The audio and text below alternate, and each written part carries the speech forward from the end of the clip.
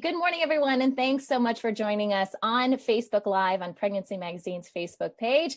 I'm Sunny Galt, and we've got a great discussion today. We're going to be talking with Lisa Druxman from Fit for Mom, and we're talking all about how to take care of yourself after having a baby, because so often we think of, how do I take care of my baby, right? And we take classes on that. And before that, you were thinking about, how do I give birth to this baby? And everything is so baby-centric.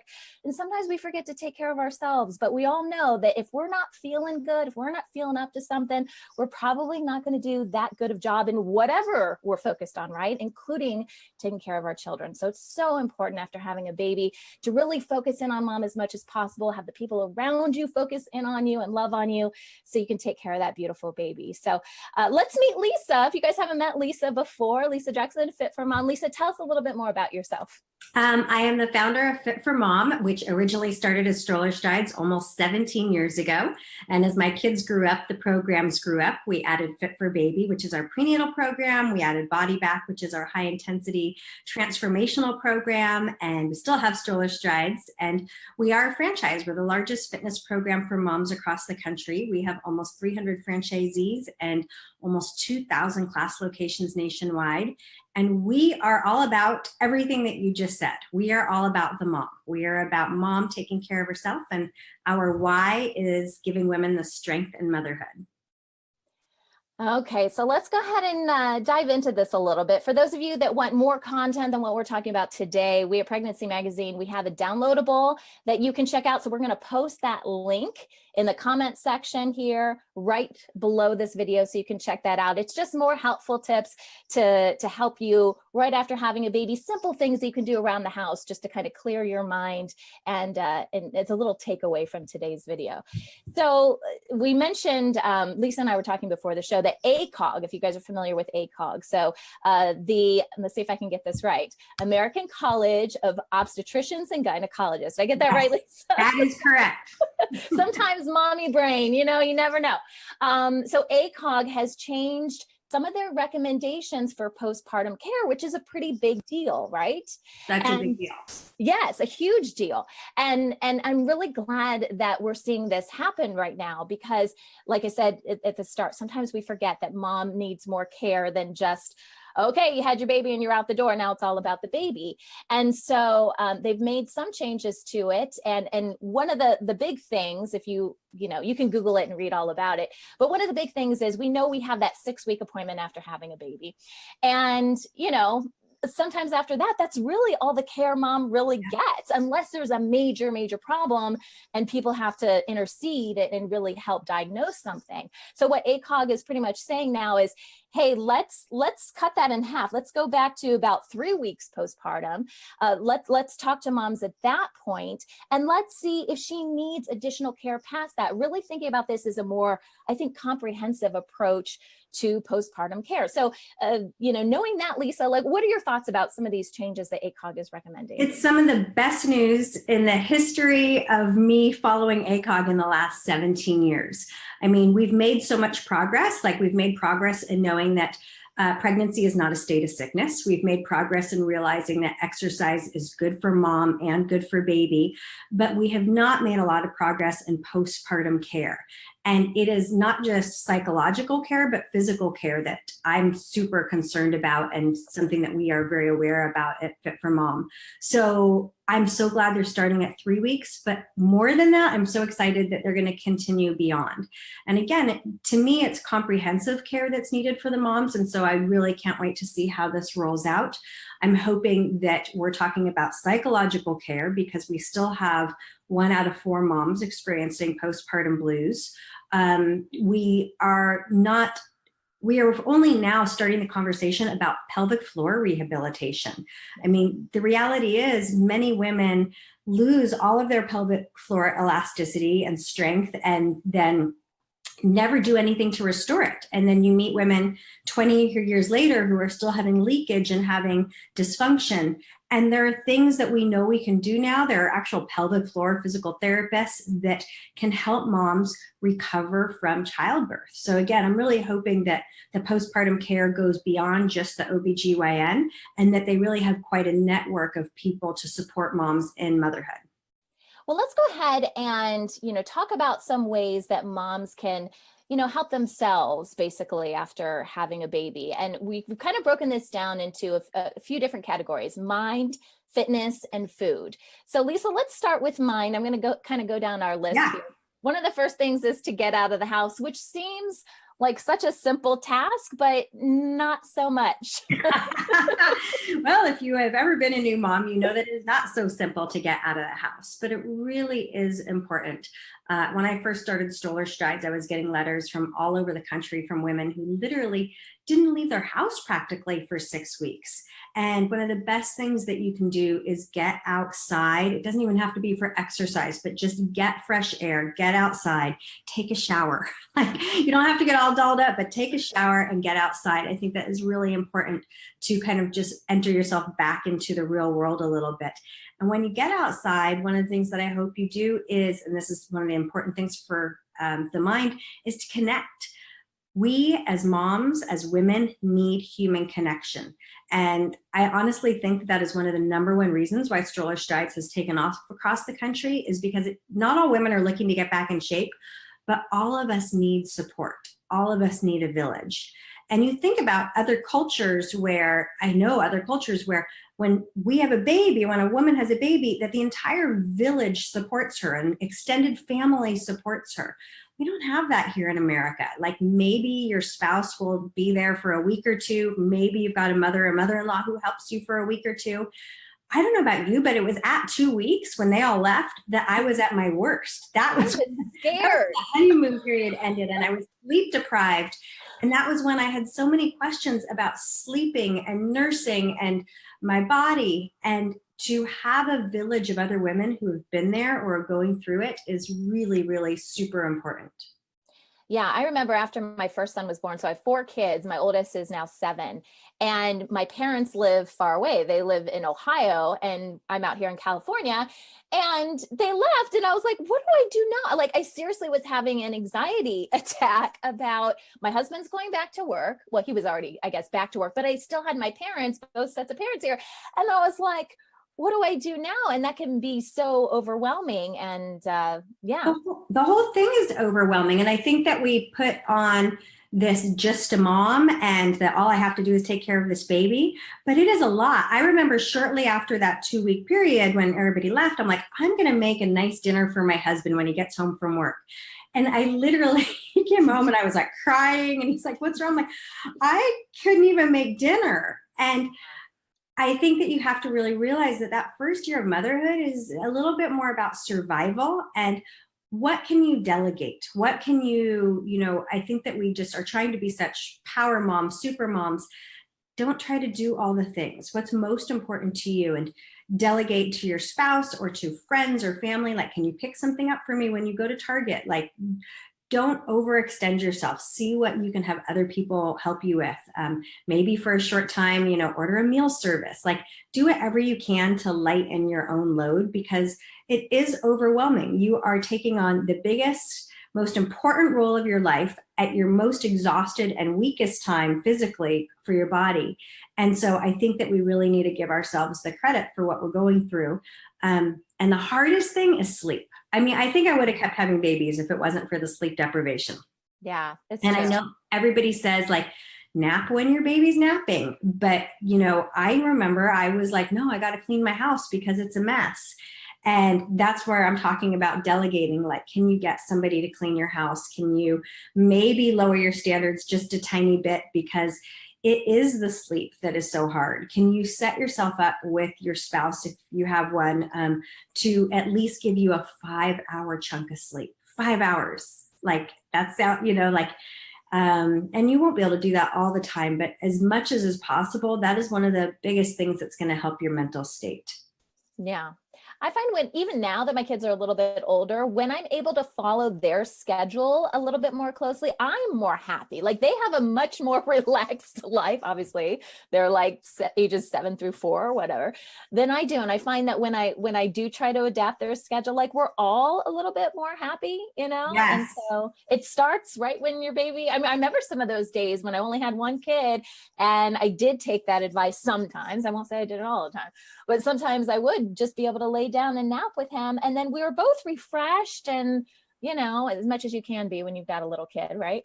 And ready for the next, you know, step.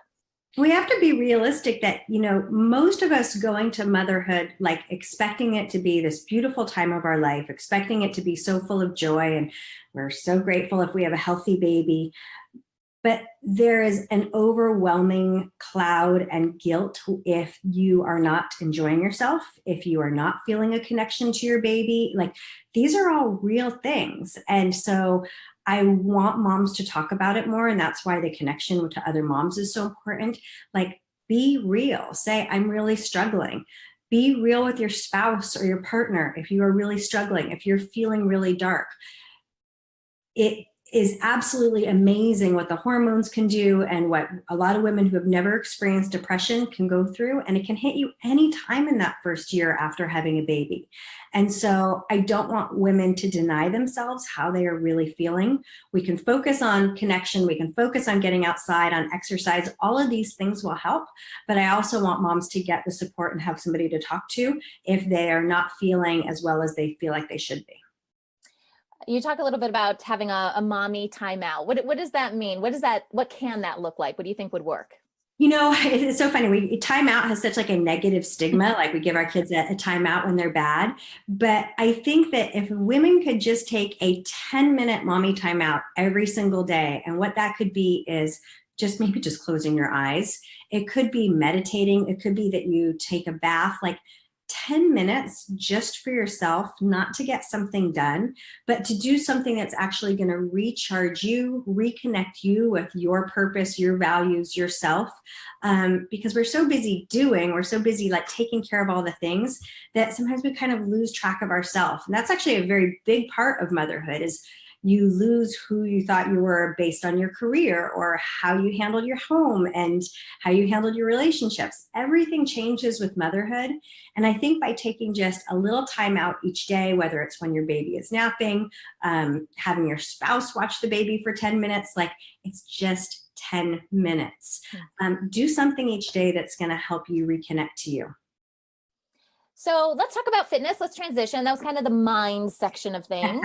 Let's talk about fitness a little bit. And that may seem overwhelming, especially if we have moms that are listening that are just about to have their baby, or maybe they just had their baby. In fact, you know, talking again about that 6-week appointment that a lot of us get scheduled for, they usually say, don't exercise, don't push yourself. Like, let's examine you after 6 weeks.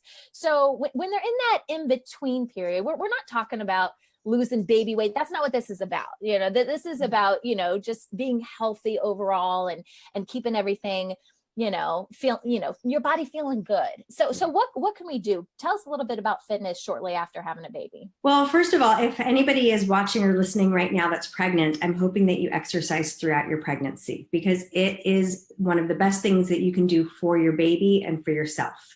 And if you didn't, then don't worry about it. There's no reason to have any guilt. We're just going to move on from wherever we're at. A lot of people feel like, okay, I'm not supposed to exercise until my 6-week appointment, so they don't do anything. Mm-hmm. And our bodies are meant to move. Our bodies are meant to move every single day. Now, that doesn't mean that I'm going to go do a high intensity workout by any means. Our bodies change more in 9 months of pregnancy than a man's will in his entire life. I want you to truly give yourself some grace to recover, but that doesn't mean not move. We can start restoring our core and our pelvic floor at the hospital, to be honest. So you can do things in the hospital, like starting to work on your Kegels. You can start reconnecting with your core by doing some bracing exercises in the hospital bed, where you're just drawing your abs in, make sure you're still breathing and releasing. We can do leg slides. So they're very gentle exercise, but they help you start to reconnect with your body. And you can start to walk. So your body is incredible, and it gives you cues, especially after having a baby. If you're doing too much, you're going to see your blood increase. You're going to see the lochia increase. So if you see that it was getting darker and drier and then it increases to more of a bright red, it means you probably pushed yourself too much. So listen to your body. But I really think that you will find that gentle stretching, gentle movement, walking is absolutely going to feel so good to your body and help you start reconnect and restore your strength. Now, does it matter if we have had a vaginal birth, versus a cesarean birth, like, do you have different, and I know every case is different. I know you're not a medical doctor, Yes. so we want to be careful with this. But do you generally have different recommendations based on someone's birth experience? Yeah, I mean, for sure. And so I would recommend that you speak to your doctor about what you can do and what you can't do. Most of the exercises that I've talked about right now, as far as a Kegel exercise, as far as just engaging the core, as far as gentle walking, are going to be fine for somebody who's had a cesarean as well. So listen to your body, listen to how you're feeling. You're recuperating from a big surgery for sure. So you're going to probably need a little bit more time. But you just want to start moving your body. Cat-cow stretches. And, we're happy to give you guys some links to some other exercises that you can do. But yeah, as long as your body's feeling good, is not bothering the incision, then most of those exercises should be fine. But again, talk to your doctor. And also wearing your baby, like, we don't think about that as exercise, but that is additional weight. So you have, it's true, right? Depending on how big your baby is. I had like a 9-pound, 2-ounce baby. So it was a really good workout for me.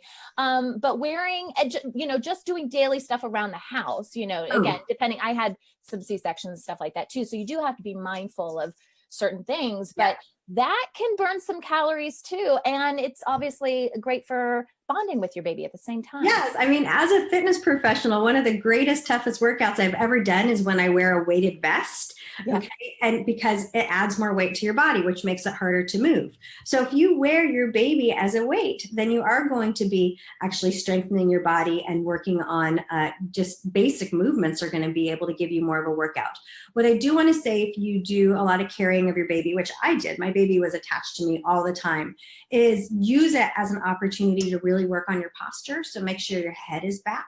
Make sure your shoulders are, think about them in your back pockets. Yeah. Make sure your chest is lifted, and always make sure your abs are engaged. In fact, I would like your abs to be engaged throughout your day, throughout movement. That is what's going to protect you when you move in your body. And what you'll learn is that you can engage your core without holding your breath. Like, that's not what we want to do. It's not about sucking your belly in. It's just about having a little contraction, but also thinking about, again, pelvic floor. So doing your Kegels, bringing that pelvic floor up. But there are a lot of amazing exercises that you can do with your baby in a front pack carrier.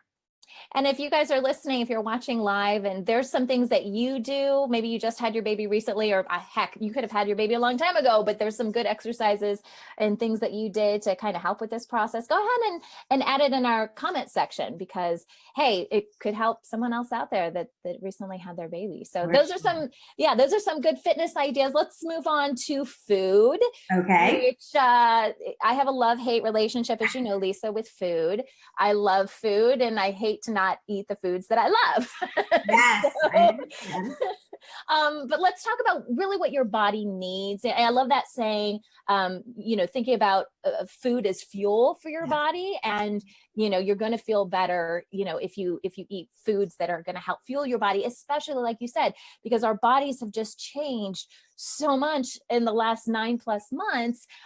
We really do need to treat them right. So let's start with whole fresh foods. What do we need to know about that? This is the same advice I'm going to give to you if you're pregnant, if you just had a baby, if you have a 15-year-old. Food is one of the best things that you can do as medicine for your body, or you could use food as a drug. And so I really want you to think about food as fuel, but I also want you to love it.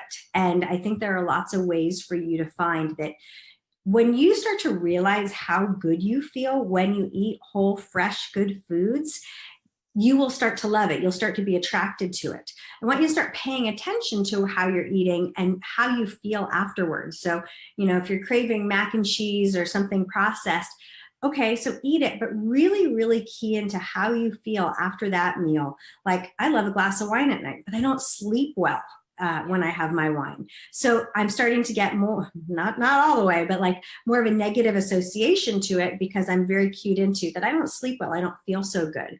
So as far as food goes, again, this isn't about losing weight, although you will lose weight. It's really about just thinking about what is going to fuel your body and help rebuild the cells. Your cells are 80% water, so I want to make sure you're getting tons and tons of water in, especially if you're a breastfeeding mom, and especially once you start exercising rising again. So water is key, and making sure you've got good quality water, making sure you're eating foods in as whole a state as possible. So fresh foods, I don't want you to be eating packaged, boxed, processed foods. Just read an ingredient. You know, if you're going to read something out of the box, does it have maybe 1, 2, 3 ingredients? Can you read all of the ingredients?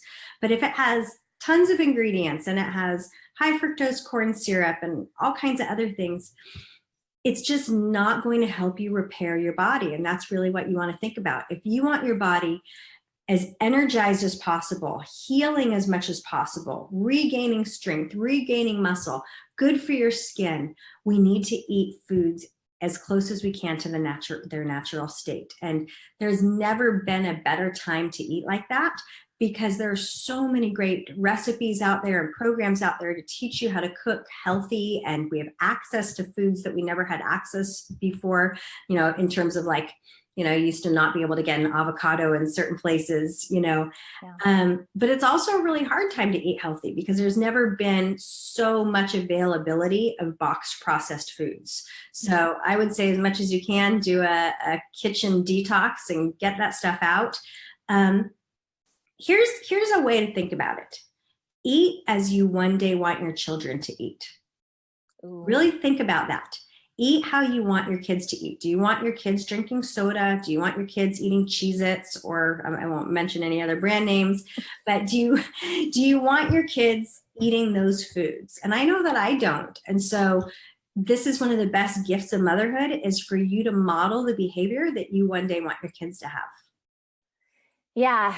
Yeah. You know, you totally got me thinking about that. Well, and I think about that now. My kids are a little bit older now, but that's, you know, that what you just said is exactly the thought process that my husband and I go through when we go to the grocery store. Like, anything that we're consuming, they want some of, you know? Mm-hmm. So if we're there is no, you know, you've seen like those videos of parents on YouTube that are like going into a closet like with a bag of chips, because that's the only way they can eat chips and like not have their kids eat it. Like it's so true. Like, if we have candy, they want candy, you know? And I think, and every time that happens, I'm like, oh, I don't want them to get, you know, to think this is the norm. And, you know, how is this going to affect their mood later? You know, how that happens with kids. Now, speaking about new moms, I find that new moms, one of the biggest food challenges is that they don't eat. They don't eat enough. They're so busy taking care of this baby and feeding this baby that they're not actually fueling themselves. And that is absolutely not what I want to see you doing.